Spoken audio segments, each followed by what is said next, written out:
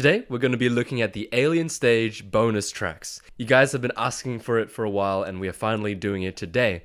Alien Stage, for those who aren't aware, is an animated YouTube musical/series that blends fame with rebellion and trauma in a high-stakes idol competition. I did my reaction to the main saga, but today we have 13 bonus tracks. And the thing about bonus tracks is I'm guessing the majority of these are actually cut songs, meaning songs that could have been part of the main series. So they'll likely tackle things I've already heard of, but definitely offer something new. This is the first Suwa bonus track. This is Heart.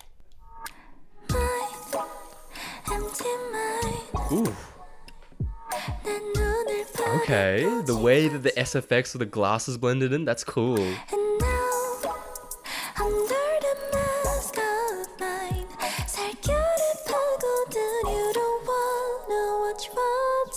Ooh.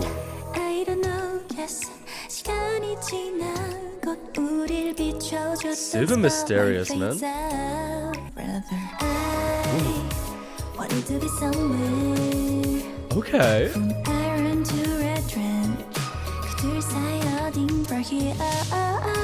Interesting. It's the same sort of mysterious city pop elements that we associate with Suwa. And the more I listen to Alien Stage, the more I'm like, yeah, each of these characters are defined by a certain genre or a certain instrument. And this is Suwa's domain.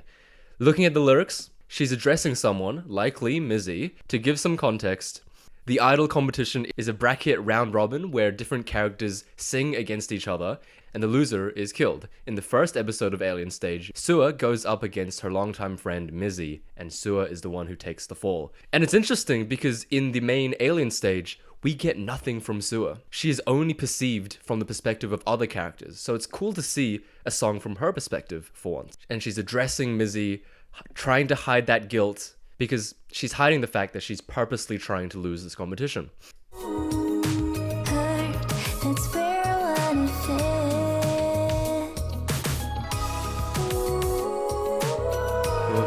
Harmonies though! Oh my god.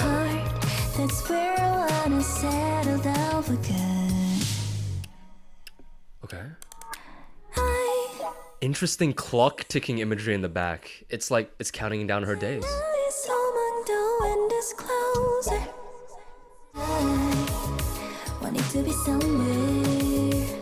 It's really catchy, man.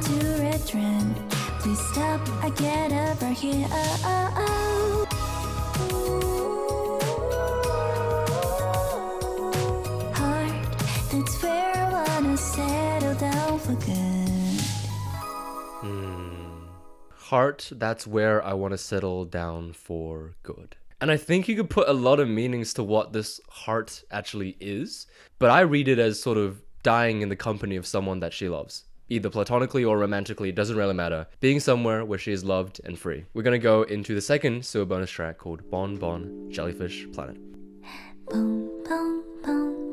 Okay. It has quite like nursery rhyme elements to it.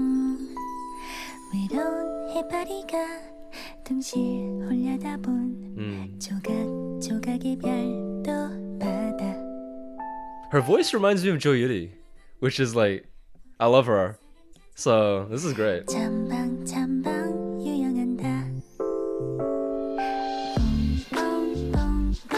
Nice. The bass coming in, adding a little dimension to the music.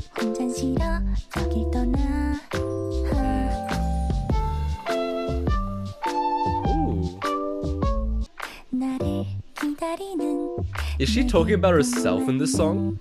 She's saying that she is going to go somewhere far away, almost consoling this person. I might not be here for a while, but I'll be okay. I'll be out with a jellyfish kind of vibe.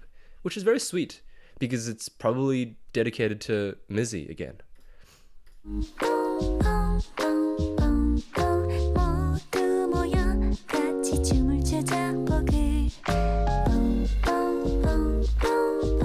I think from these two songs, it's clear that Suwa has quite an optimistic/idealistic perspective, even after being subjected to so much trauma in the Alien Stage.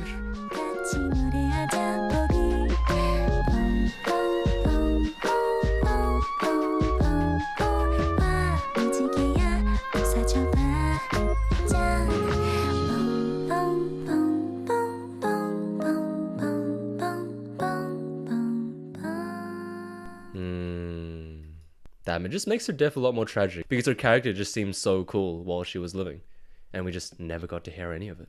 We're gonna go into Mizi's bonus tracks. The first song is called Witch. Ooh. Okay. Nice. We got that slow dancing vibe that Mizi is kind of associated with.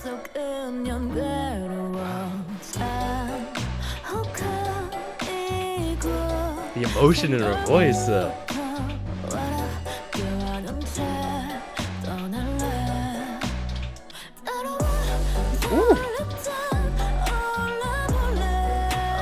Nice. She kind of slows down the music to build it back up for the chorus. That's cool.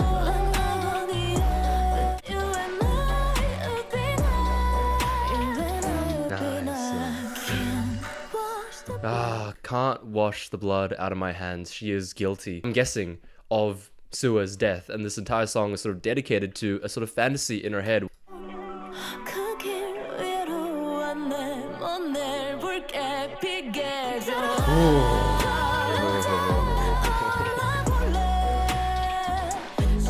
This is kind of her breaking the veil, realizing that everything is just death and destruction.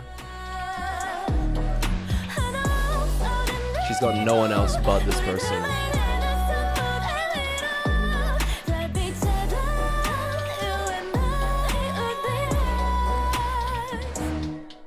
Damn.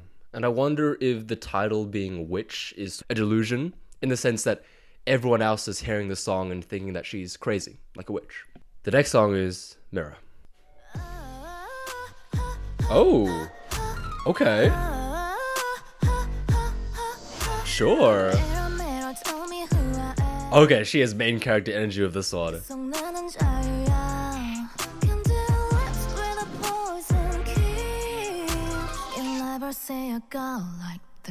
Oh.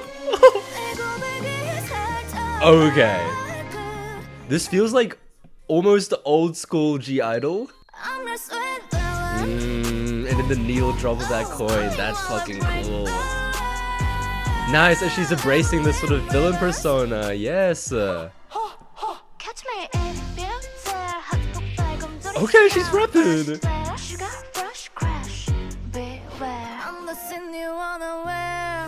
Oh.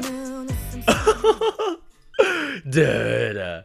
Oh, this is crazy. This is the song where she breaks away from that mold that Alien stage set for her. This is her. You think that I'm the villain? Well, I'll be the villain. It's very much inspired by her mentor, Hyuna. And it's not just the lyrics, like, you can hear from the music. She's just so much more confident.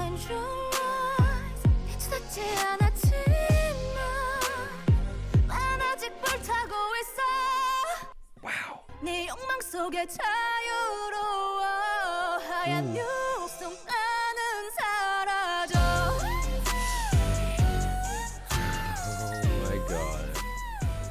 Damn. I'm free inside your desire. In white temptation I disappear. I'm living in your head rent free, and I'm loving it. This is crazy. This is a crazy empowerment song that we never really got to hear from Mizi in the main saga. But good for her, dude. Good for her. This is her hero arc. But we're gonna switch angles and listen to Till's bonus tracks. Till, one of my favorite characters. It's called me Vida, Loca. Ooh. Nice.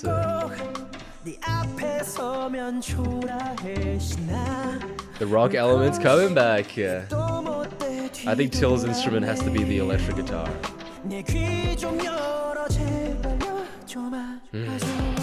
It's just a yearning song, man. Wow.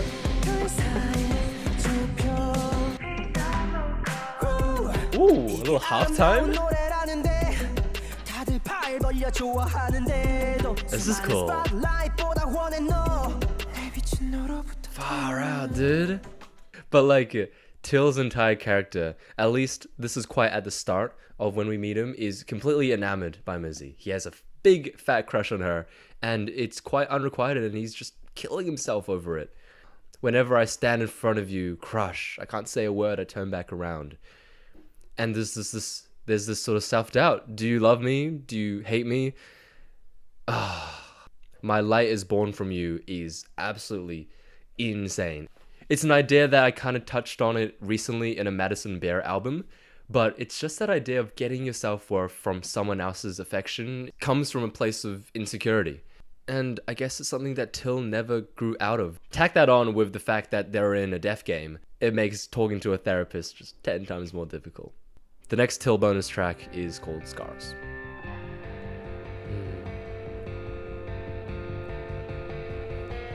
Really thumping bass in the back, yeah, that's cool.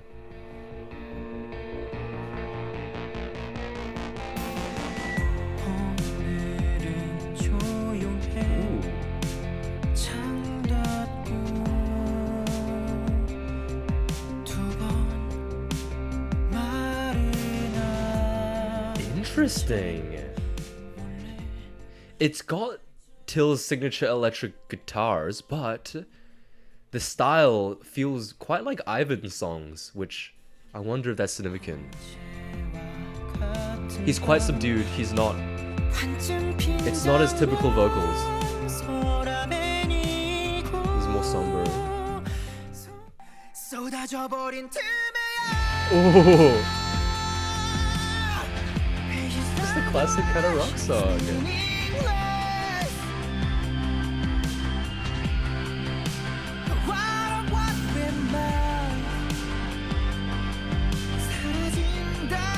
It's very emo. It's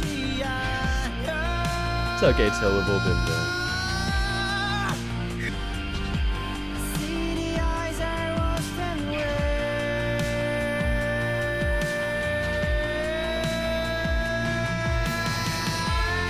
Oh! That's so uncomfortable. Wow. Can't seem to just let you go. Scars remember everything. And I think these lyrics, combined with the fact that it is quite an emo Ivan style song. The song is probably about Ivan right after his death. And he's sort of thinking back and realizing that, wow, this guy who appeared to hate me and bully me all the time actually cared about me in more ways than just platonic. And he's sort of just grappling with these emotions. Of course, the song could also be about Suwa, right? Because he also believes that Suwa is dead at this point in time. Well, I think there's an argument for both, but I reckon it probably is about Ivan.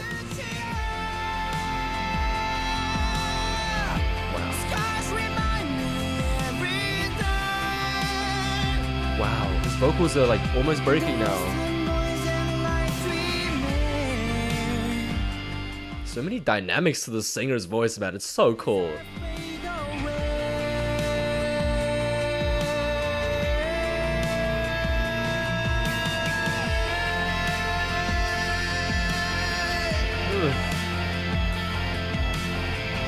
You could argue that the very fact he is forcing every note until he can't physically sing anymore, he's trying to hold on to the moment before it disappears.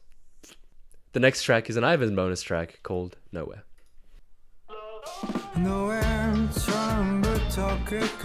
Okay.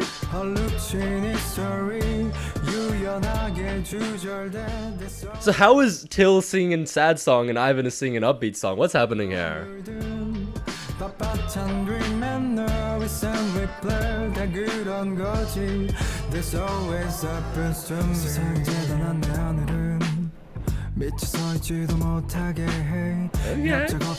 It's the same type of yearning that we heard of Till. It's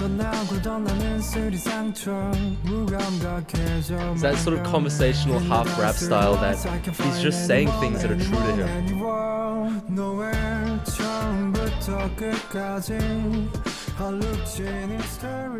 Nice. It's so catchy, and the lyrics are talking about how he's so alone, he doesn't have anyone to rely on.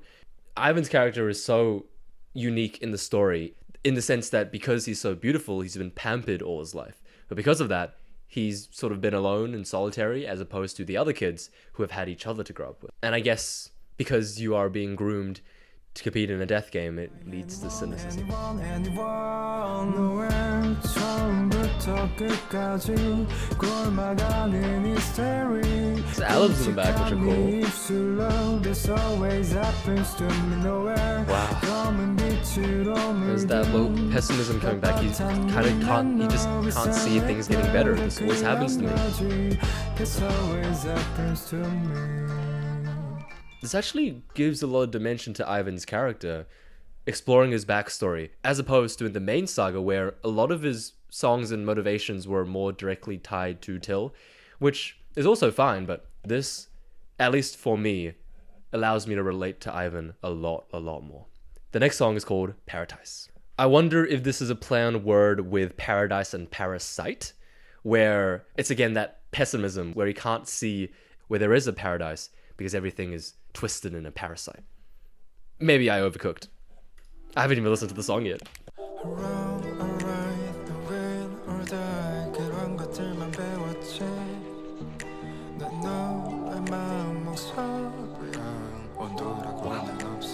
Okay, sing low, sing low. Oh, the drums. The drums are really cool. They're gonna burst out soon.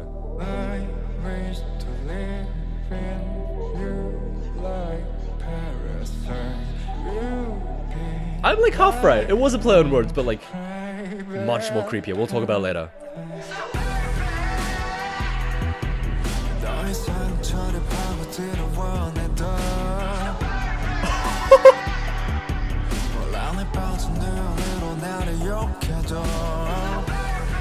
Dude, why was this a cut song? Oh my god. Let's call this paradise.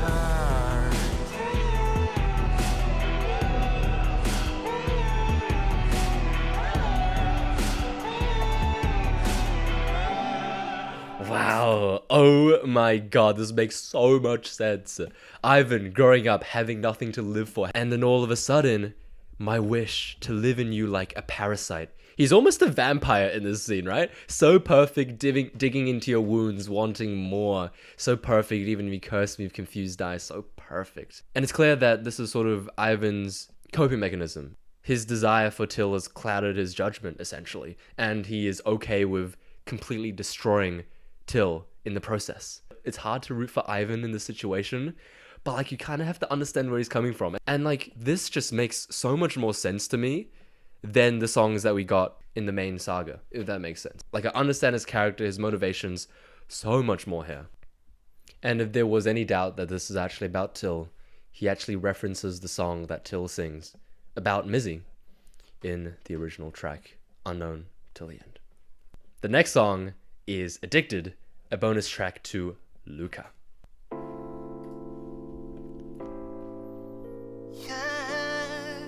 Oh, little filter on his voice. I'm sensing main character energy again.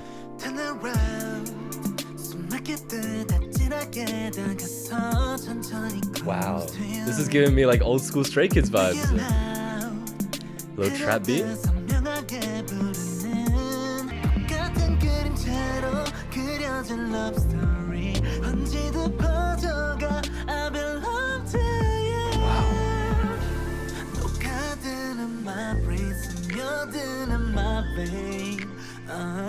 Wow, he's being overtaken, his brain, his veins, his entire body towards this person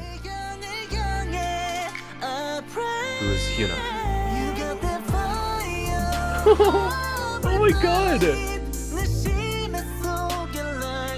It's interesting because like they're both songs about yearning, but Till's one is so much more innocent and this one is so much more desire. You got that fire, I breathe the heat. You got me high, my heart for you is ablaze. That is really, really strong imagery. This is a fun song though, especially coming from a male character.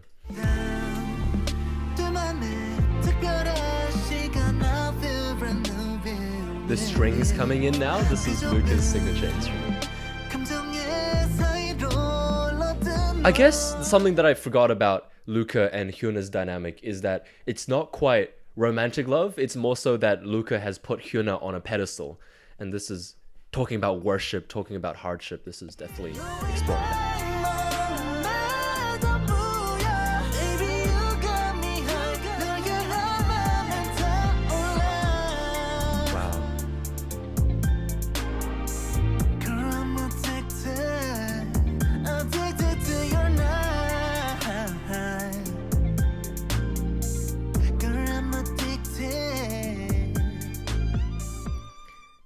Nice.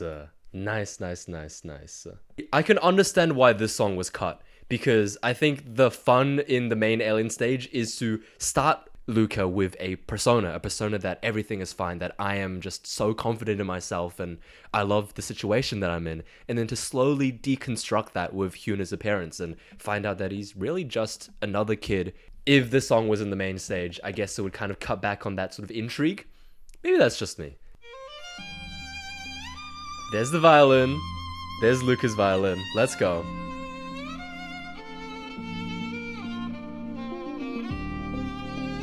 Ooh, that synth in the back. Are we going 80s?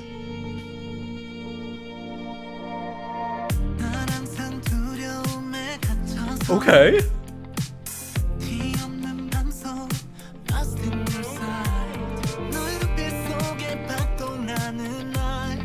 Oh my god, I love this already. And it's arguably more genuine.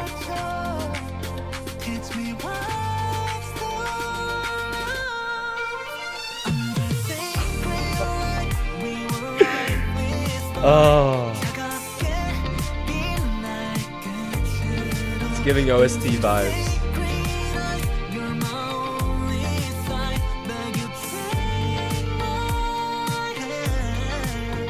Oh my god. This is like an alternate to Ruler of My Heart, a song about someone who just has you so enamored that I guess you view them like a god. Use your sacred eyes, you're my only sight. Beg you, take my hand.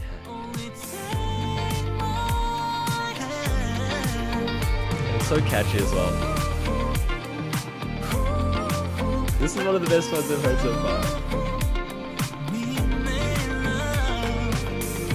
And I think it makes sense for Luka to have these mainstream sounding songs, because he is the popular one after. That's really cool. All of these characters have desire for someone, and they all have desire for someone for different reasons. Mizi loves Sua in this sort of idealistic let's run away together vibe. Till likes Mizi in this sort of self-doubt, yearning way where he thinks that she's out of his league. Ivan likes Till in this obsession, a way that ends up destroying both of the characters. And Luka likes Hyuna like he's worshipping her. But let's hear it from Hyuna. She is the only character, as far as I know, to have 3 bonus tracks.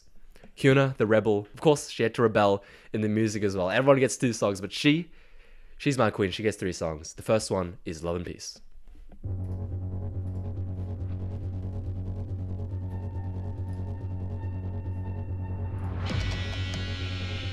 Okay, here we go. The rock and roll elements are back here.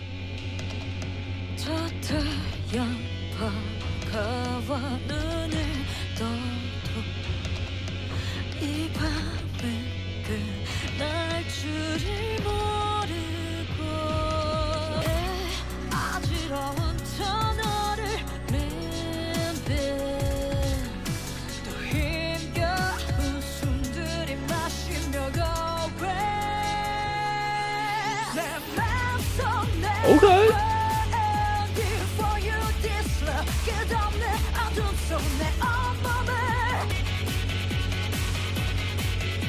Wow.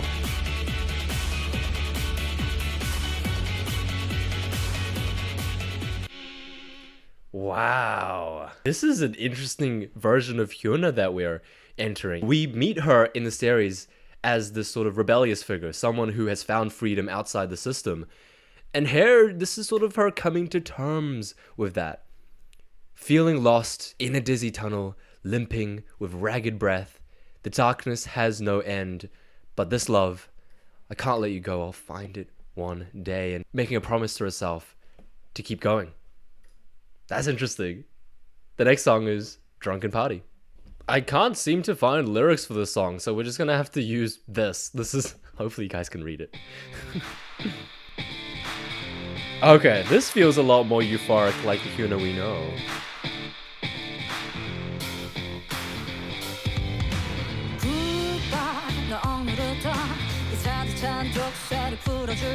Oh yeah. 부서진 채로 자유를 발견하지 못했네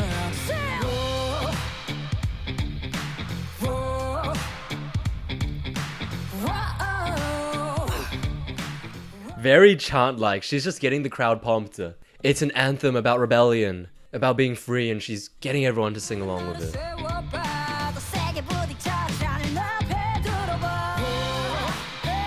Nice.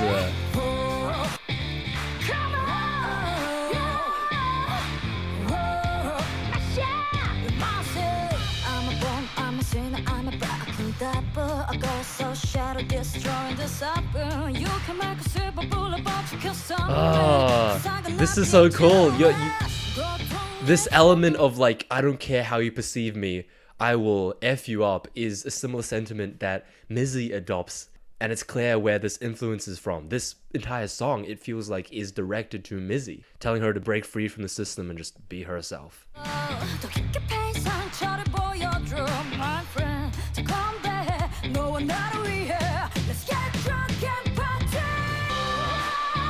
Woo!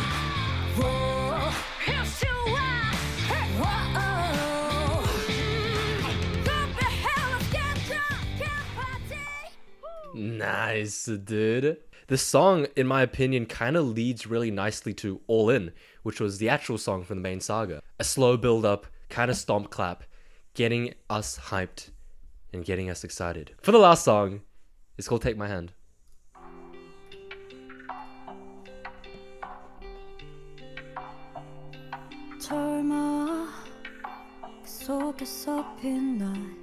Interesting.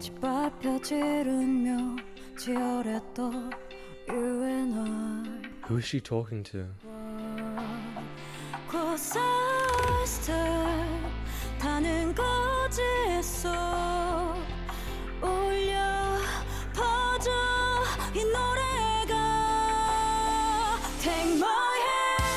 Ooh, goosebumps.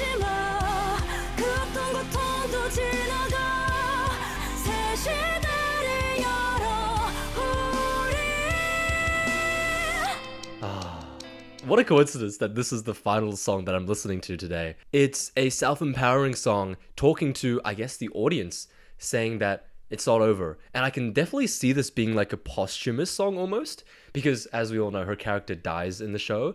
This is kind of her don't be sad that I'm dead, keep going kind of song. But I will say this lyric, Take My Hand, it directly relates to Sacred Light by Luka, which maybe the song is just about Luka, which I guess is also fair enough.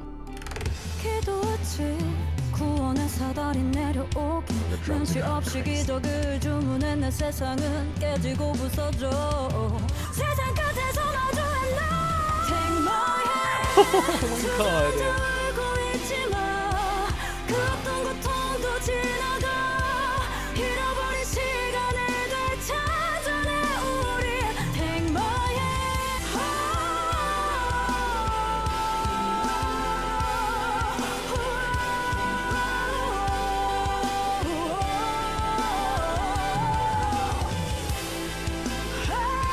So euphoric. Even though the song is so meant to be played right when she dies, it's like, man, you can't kill the idea.